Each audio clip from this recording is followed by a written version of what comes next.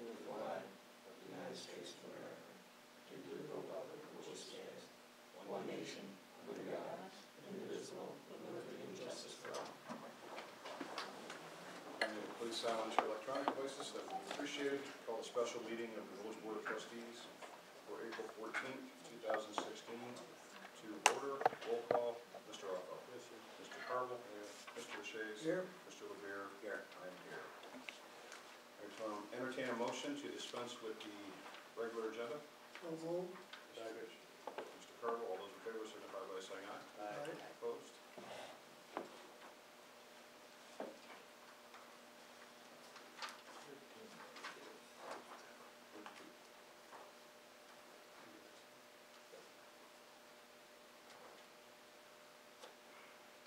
First up is the police budget. The tab 13 and line items 3120, 100, 200, and 300. Last year's allocation for personnel services was $1,872,679. An original request by the chief was $2,013,440. We then modified that to $1,788,986. I've allocated $1,569,080. In the equipment, last year's allocation was $85,508. The original request by the chief was $166,699. We then modified that to $169,317. I've allocated $107,500. $124,400 contractual. Last year's allocation $156,512. Chief requested $176,314. I've allocated $160,000. Chief, all yours. Okay, thank you.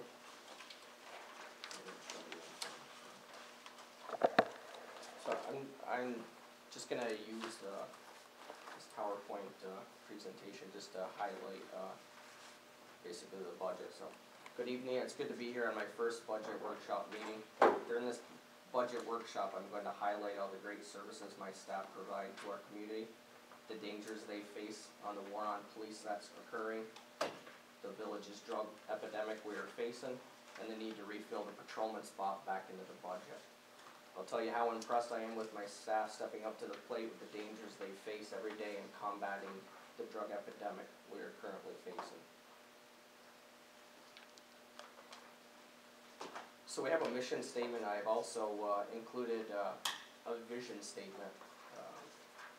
I believe with the vision statement, what's occurring right now is it's critical to our success is community response and community stepping up behind us and having our backs. I believe that with their increased satisfaction and the resulting confidence of the community in the Massena Police Department, it'll result in lower crime rates, more successful prosecution of those persons who have committed crime in our community. Our department goals, the highest one I believe would be community safety and security and public confidence and satisfaction in our agency. I want to push to decrease the drug epidemic that we're currently facing. And then later in the slides I'll explain in greater detail some ideas I have in decreasing the current drug epidemic.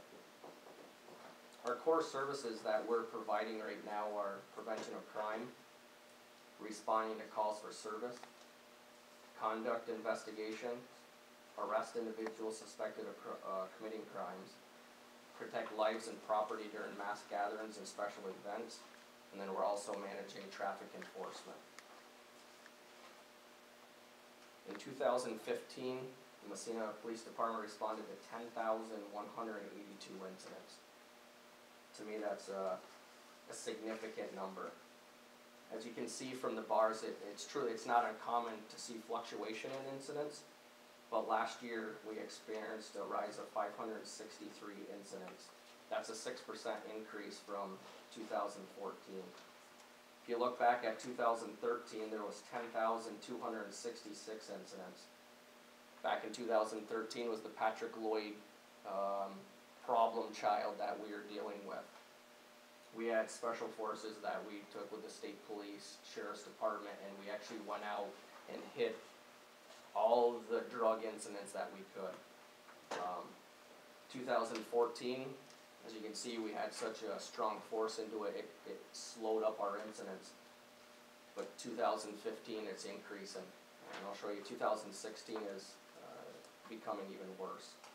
So it goes to show you that by hitting it hard with the drugs, it reduced the incidents dramatically from 13 to 14, but 2015 it's all starting to climb back up again. The next slide is the trends of arrest. You'll see in 2013, as I said before, the problem child incident, there was a major increase in incidents and arrests.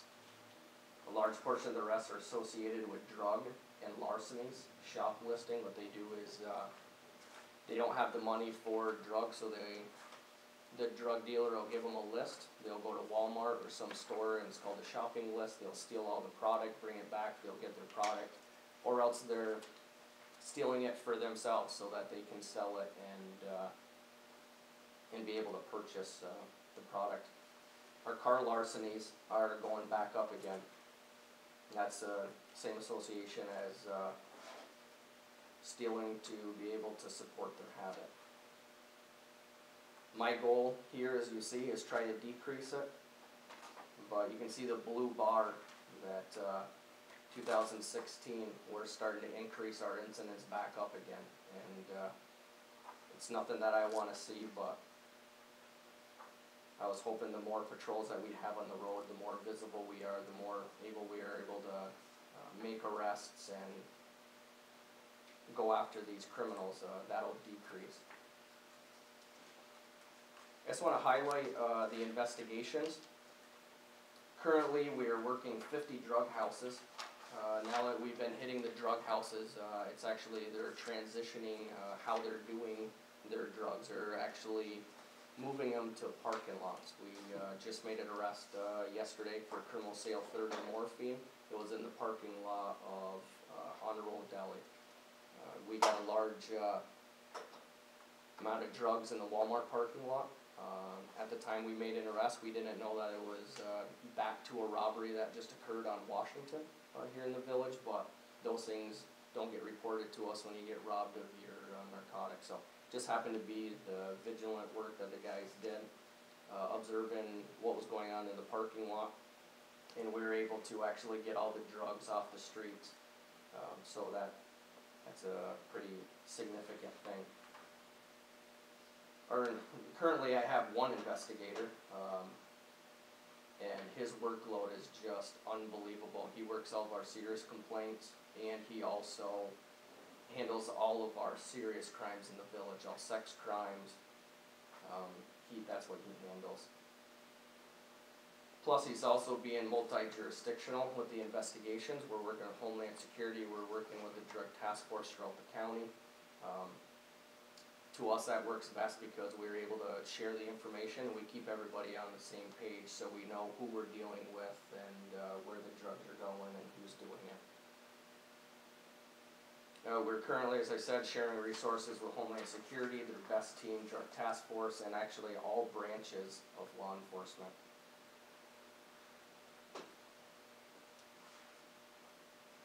As I said, at the time of the budget, I'm down to one investigator, which is a serious problem for the department, as the caseload for the investigator is on the rise, and as the drug use and drug investigations. Our investigators continue to work with Homeland Security, State Police, Narcotics Unit, and the Drug Task Force to help combat the rapidly growing drug issue in the village of Massena, but is becoming limited because of this caseload. One investigator will not be able to handle the felony caseload and work the rising issue of narcotic use, which has led to serious assault cases with weapons, robberies, and home invasions with weapons.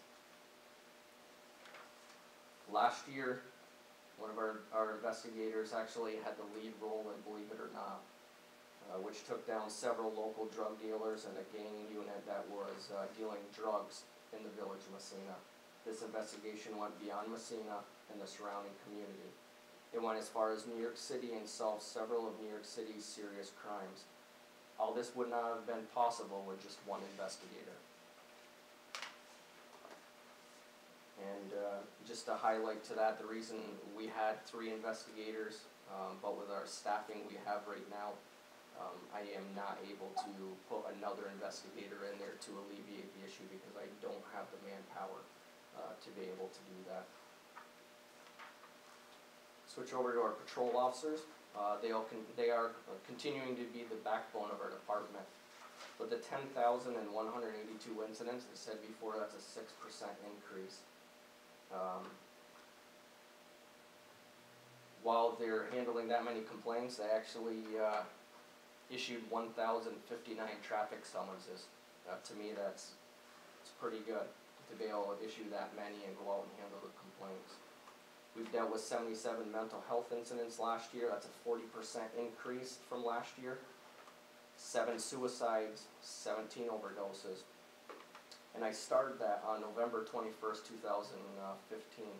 We actually had a life-saving. One of our officers was trained with Narcan, that just got out of the academy, went to the incident, a call to assist the rescue squad. They weren't there, and the guy was barely breathing. They had to pull him out of the shower, and actually in front of several people, they administered Narcan, and the guy's currently living, so he actually saved the guy's life. 195 traffic accidents last year, and this stolen property patrolling to prevent crime, this is me trying to show that if we have guys on the road that we can go out and we can actually have people visible. In 2013 with the drug epidemic, our stolen property was $893,629. 2014, when we had more people on the road, it decreased to $483,318. As I said, last year, people are becoming comfortable again, no matter how much we're pushing it out there, and I don't have the manpower on the road. It rose again to $865,414 worth of stolen merchandise here just in the village. I'm worried that with the reduced staffing, our timely responses to calls are going to decrease. Most mental health cases go to Claxton Hepburn, so that takes the patrol out of the village for at least 2 hours or more. Our drug epidemic speaks volumes with the amount of stolen property in 2015. With more patrols off the road, this will cause our incidents and arrests to increase. An arrest for a patrol officer to complete his paperwork is about an hour and a half, depending on the severity of the charge or charges, and it also takes them off the roadway to prevent offenses from occurring. Let me just ask one question. Yes. When you talk about stolen property, is that from individual homes, or is that from like the businesses in town and shoplifting and stuff like that? Everything. Everything. Yep, that's included with Walmart and houses. Yep. Let's see. And out of that, 865,414 in 2015. With the arrests and all that, we are actually able to recover $83,493 of it. But that's still not close to the amount that was stolen. One of my big pushes as being the interim chief is community involvement.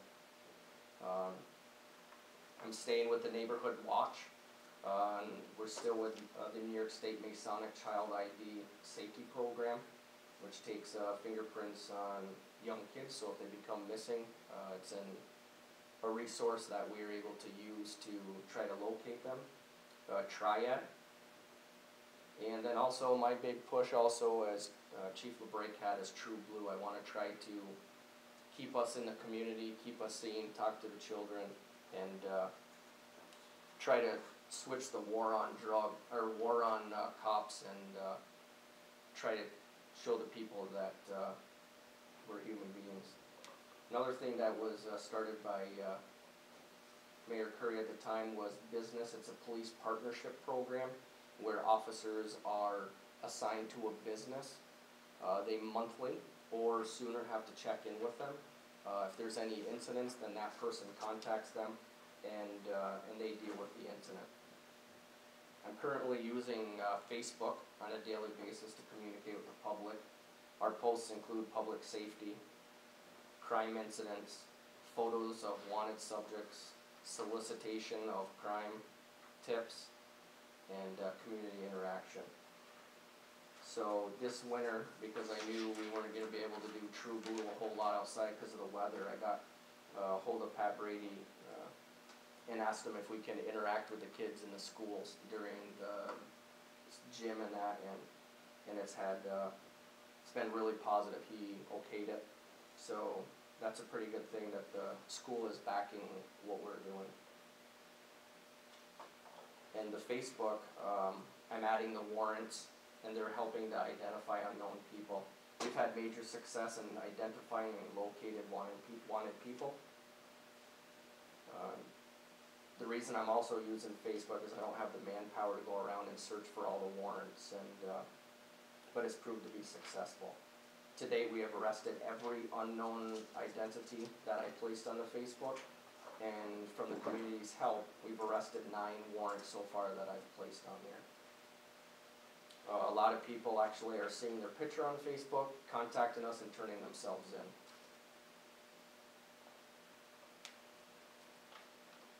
So the next slide this is where I'm trying to show the 2014 department staffing to currently where I am in the 2016 department staffing. Where you can see kind of where the pie is slid out, that's going to be where the differences are between 2014 and 2016. 2016 I requested 1,788,986. That's what I requested to restore the staffing to 2014 levels, minus the 1 investigator, and I'll explain why I minus the 1 investigator.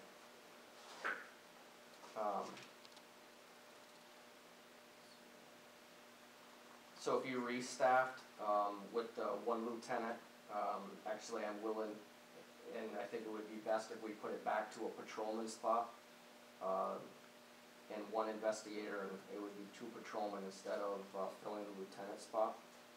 This would reduce unscheduled overtime dramatically. Difference in personnel services between what was completed in 2014 to what I did in 2016 is I averaged the 3 years of unscheduled overtime. And when I averaged the overtime, it came to $336,608. 2014 in unscheduled overtime was placed. $174,343 was budgeted. But if you look in my my notes in my budget on page 3, 2014, it actually, the overtime went to $316,232. I was actually trying to be realistic with the possibility of the amount of overtime. The difference between 2014 and 2016 with the overtime was $162,265. The reason I minus 1 investigator is because I want to have the K-9 position a floating position. I want his schedule moving with the flow of drugs. My big thing on that is with the drug epidemic we're having, we have to try something new. So I believe if I can have a guy that is floating and following, and his whole purpose is to deal with the drugs, then that's definitely going to have a huge impact on our drug epidemic. The next slide, I have the difference in salaries between 2014 and 2016. 2016, new employees pay 3% of their retirement for the rest of their career. At November 15, 2015 board meeting, the comptroller's office sent out a village pension system bill to the police and fire department, and a 38% decrease from last year. So that's pretty good for the village. They were able to save that amount of money. So if you look at the salary on 2014, it was $32,884. 2016, it's $33,808. So it's really not that big of an increase between these couple years. My next slide is just, if we keep pulling patrols from the road, these are going to be the consequences of further reducing my staff. There's a growing demand for police presence, in our services. They're coupled with the increasing scope and complexity of police investigations. If not adequately addressed, this will result in, we'll have slower police response times to calls, increasing crime rate, and reduced percentage of crime solved. We won't have enough time to be able to actually spend to investigate, because they're going to be jumping from call to call to call. With less people on the road, they're going to be answering more calls. Decrease citizen satisfaction with police services and feeling of community safety.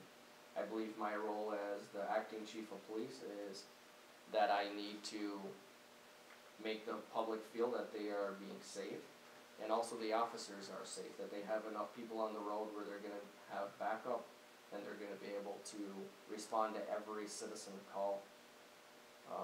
There's going to be decreased traffic enforcement. If I don't have guys and they're all handling calls after calls after calls, we are not going to be able to hit traffic as much, and we know traffic keeps everybody safe on the roadway. I'm going to have to do a reduction in specialized services, which is we currently right now instruct at the David Sullivan Police Academy, and if we don't do that, there could incur a cost if we aren't assisting that academy. Just like currently, I just asked Clinton County how much it would be to send an officer to theirs, and that's $4,000 to send a cadet to that academy. Here it's free. A reduction on the inability to be guest speakers. If someone calls and wants us, I'm not going to have the manpower to be able to send them. Currently, we're running vacant house checks. We do it daily. If I don't have guys on the road, we are not going to be able to check these houses every day. There's going to be an increase in overtime. We're going to have to be more reactive, less proactive. And to me, that's going to cause where the drugs and the crime is going to go up. DARE is going to remain eliminated. I want to try pushing the bike patrol back out. I found when I was on the roadway, when you rode a bike by someone, they were more apt to stop to you, talk to you. You drive by in a car, you might get a wave, but that's it. But if you stop and you talk to people with the bike, they open up to you. You find more out about the academy. Just the other day, I took Chris Flynn and two of his ride-alongs that we had from Massena Central High School, and I had him walk up and down Main Street. He talked to every single business owner. I wanted him to find out what their concerns were, what could we do different to help them, and that was really positive. So we had seven shortages related to turnover and retirement since 2014. If keeping the LT spot unfilled and cutting the bottom patrolman spot, that being since 2014, we've had 9 shortages. Currently, I have 12 patrol officers, 4 sergeants, 1 investigator, and 2 unfilled spots as we speak, depending on the outcome of this budget. I believe my main responsibility as the acting chief is to protect the community, make them feel safe, and protect my officers. Make sure they have adequate staff for officer safety issues. As I said, Bike Patrol is a great community relations program with the war on cops that we're currently dealing with. I think letting the public know we are here for them, talking to them, is a great community morale booster for the village and our agency. I will have to pull the bikes if I do not have enough officers on the road. Training. Priority is keeping the staff trained. I am obligated by law to have so many training hours in for our officers, and As I said, unfortunately now it is war on cops, and I'll show you the picture to the upper right-hand corner. That's a cell phone that you turn into a gun, that turns into a gun now. So these are the things that we need to train for, that we need to be observant for. It's just unfortunately what today's came to or come to, and I want to train our guys on gang-related narcotic investigations. A majority of our dealers up here are associated with some type of gang, either New Jersey or New York, and we've seen that in our last couple busts, New York City and New Jersey. And currently we have $5,000 worth of simunitions training equipment that has never been used. It's sitting there. We spent the money. I want to be able to utilize it. We have all the equipment. It doesn't cost anything, except for us to be able to go out and use it and train and make ourselves better. Currently, Homeland Security has offered our department to use their state-of-the-art firearm simulator. It's a $350,000 training simulator at Customs, and we have been advised we can use that whatever we want. And that's real time. You can't get any better training than that. Just wanted to bring up some statistics because of the war on cops. In 2015 there had been a total of 128 patrol officer deaths, 39 gunfire, 8 vehicle assaults, and 3 assaults. All of those are where officers have been actually actively sought out and shot or hit with a vehicle and assaulted and killed. Currently, I pulled the statistics from the officer down page. In 2016, fatalities are up 167%. There has already been 31 deaths, of which 16 have been gunfire this year. So one of my big things is we can't lose a life because our training budget was cut. I want officers to be trained to use Narcan and to administer CPR. We're usually the first ones on scene of an overdose or a medical emergency. And to me, not just to our department, but to the village. If we can show up there and we can show everybody that we do care, that we're there and we're willing to use Narcan, do CPR, that it's going to be good for the public and our police department. So our patrol vehicles, we have not purchased a patrol vehicle in 2 years. Currently, starting in June or sometime thereof, I'm going to have $20,000 grant from DCJS that was given to us. And that has to be utilized on a car that's going to be in a crime area. So we definitely have a use for that. Our 2009 Dodge Charger has 129,096 miles. I typically I've parked that because it's unsafe to operate. In 2015, we spent $12,474.57 trying to repair to make the car safe. It didn't make the car safe. So it's parked, it's sitting there, it's a waste of money to spend that. But that's what was advised, and that's what was done. 2008 Dodge Durango has 115,000 miles. It's becoming unsafe to operate. In 2015, spent $11,721 to try to keep the vehicle on the roadway. It's currently in the parking lot. I just had Sergeant Engler go take it for a drive, and he said the front rotors shaking the front end, brakes when applied start shaking. They make noise on every bump that's hit. There's rust spots that are coming through it, and when you hit the speed of 50 miles an hour, the vehicle starts to shake. To me, that's a safety concern. Our vehicles put about 30,500 miles on every single year, and everybody knows, unfortunately, in North Country, our streets, we're in the cars 24/7. They take a beating, and it's village miles. So 508, he said it feels like it was going to fall apart, and the front end was going to gonna fall out, so I pulled it right from the fleet. 17, including that budget were a couple of grant items that, the mayor took out, cause they're dependent upon, getting a grant. And, contractual, $176,314, mayor took $9,371 from it.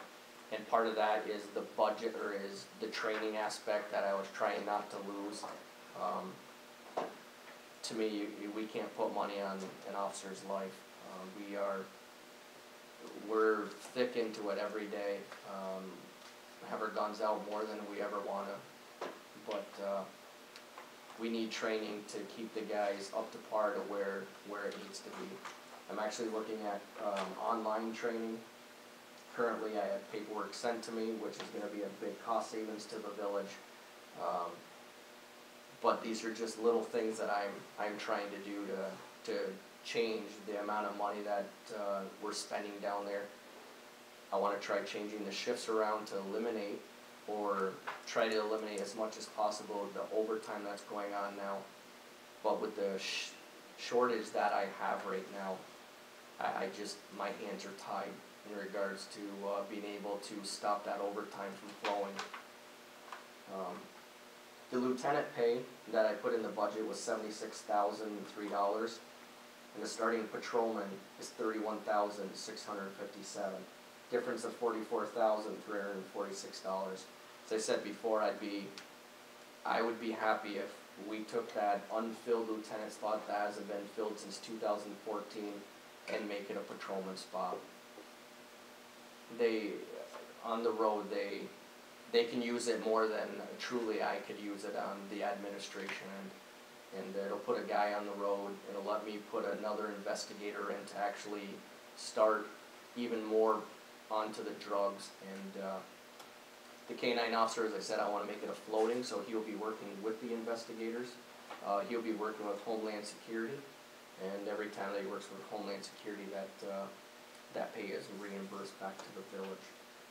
So just my concern is pulling the patrolman spot and the lieutenant position unfilled.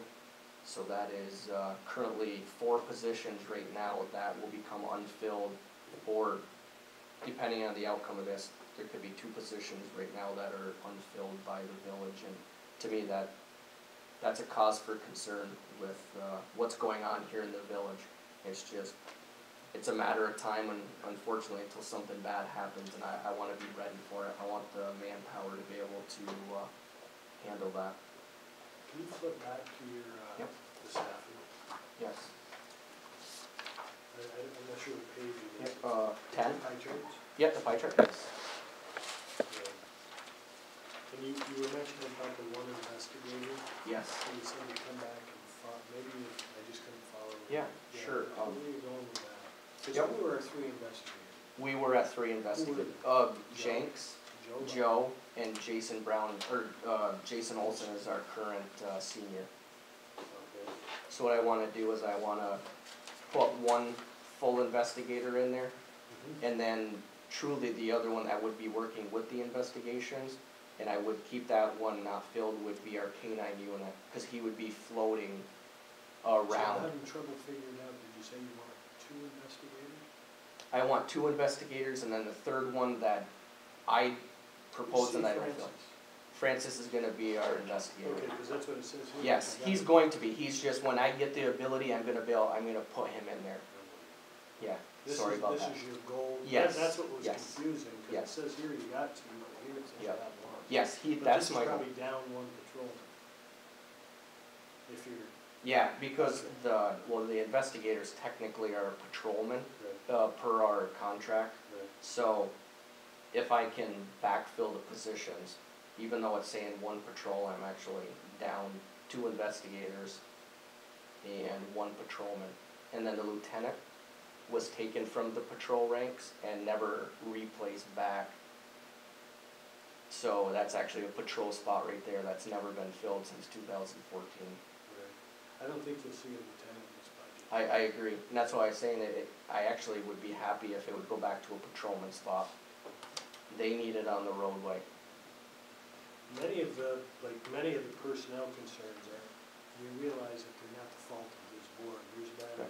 There's been some personnel things that have happened down there that we've had nothing to do with, that have caused people to move on, you know, Yes. to move on. Yes, sir. So that's, you know, that's nothing that this board, you know, that this board could foresee, or you could foresee for that matter. Yes, sir. The other question I had, I'm all over the place here, I'm That's on okay. page 5 of your budget.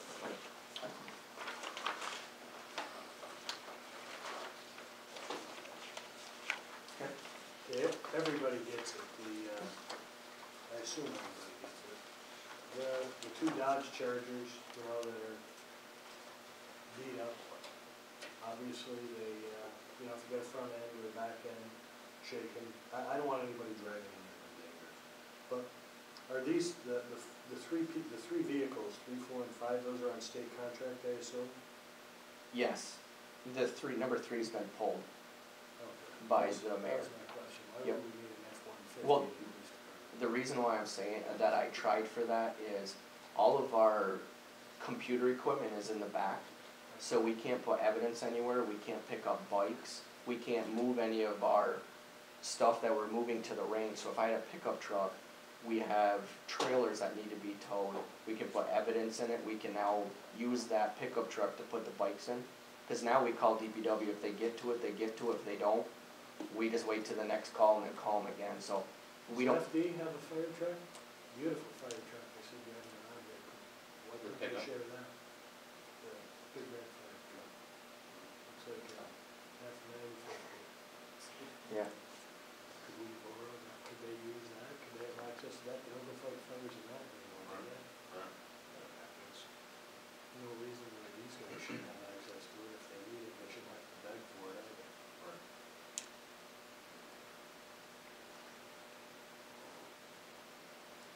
So the budget that's proposed right now includes what equipment? The two Ford Explorers, the 2-digit PMD, which that is a pole-mounted display. We're getting complaints all the time of speeding. We do have the speed trailer, but this actually is a setup and it's solar powered that we can move around. Someone calls on a street, we can place it, and it collects the data. So it collects what time of day, what the weather is, how fast they were going. So it's kind of like selective enforcement where I can place the guys on a street when the occurrences are more instead of sitting a guy there for 4 hours trying to find one, it's gonna say it's about this time that it's occurring and we can be there, and it'll actually free up the guy's time so they can drive around. What do they look like? The pole mounted, oh, I actually have it in here if you wanna see what it looks like. But it's actually really nice. down Austin Sausage. Yeah. You know, and they have it, you know, they show them where you're coming into the villages, that's a little different. This one actually, Using technology to help you. and it's Bluetooth, so say I wanna keep it there and a laptop or whatever, I can drive up to it and it'll pull all the data off from there. I can bring it back to the station and view it. Yeah, I can analyze it. So I just think with the amount of complaints, which is, we get quite a few. There's not about it. And Does I that just, have a license plate reading with it too, or not? no, it does not. And just to let you know that Trackstar GPS, we currently are using Vehicle Path, which updates every minute.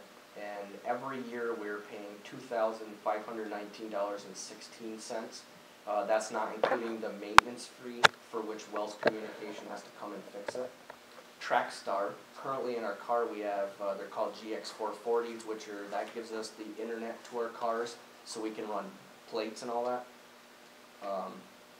When I got those years ago under Mayor, I actually put the GPS in them. So there's a one-time fee of $2,618 to purchase it, and it becomes ours, but there is a mapping and software maintenance fee of $616 a year that we'll pay. So it's actually a savings every year of $2,002. It's already in our car, we might as well use it, and it actually is, as we drive, it follows. so it's live. So if someone calls for help, unfortunately, with vehicle path, we have to wait a minute for it to refresh to find out where they are. This, as you're driving, it's following you, so the dispatch will know exactly where you are at all times. For the 2-digit PMD, is that the piece of equipment that there was a casual conversation at the Clean Streets workshop, of that might be something we would potentially pursue? I asked her about, those are for if you're coming into the village, then those signs. The ones that are placed so you come in and it flashes. This right here is, it does your speed, but the one that we're talking about, smart, or streaks, that's not movable. That's a permanent placement. Oh, Yeah. okay. This one can be moved on all, wherever we get complaints. On one of the police vehicles, one of the Ford Explorers, you have a grant coming in for Yep. $20,000. Yep, $20,000. Towards one of Thank those you. vehicles.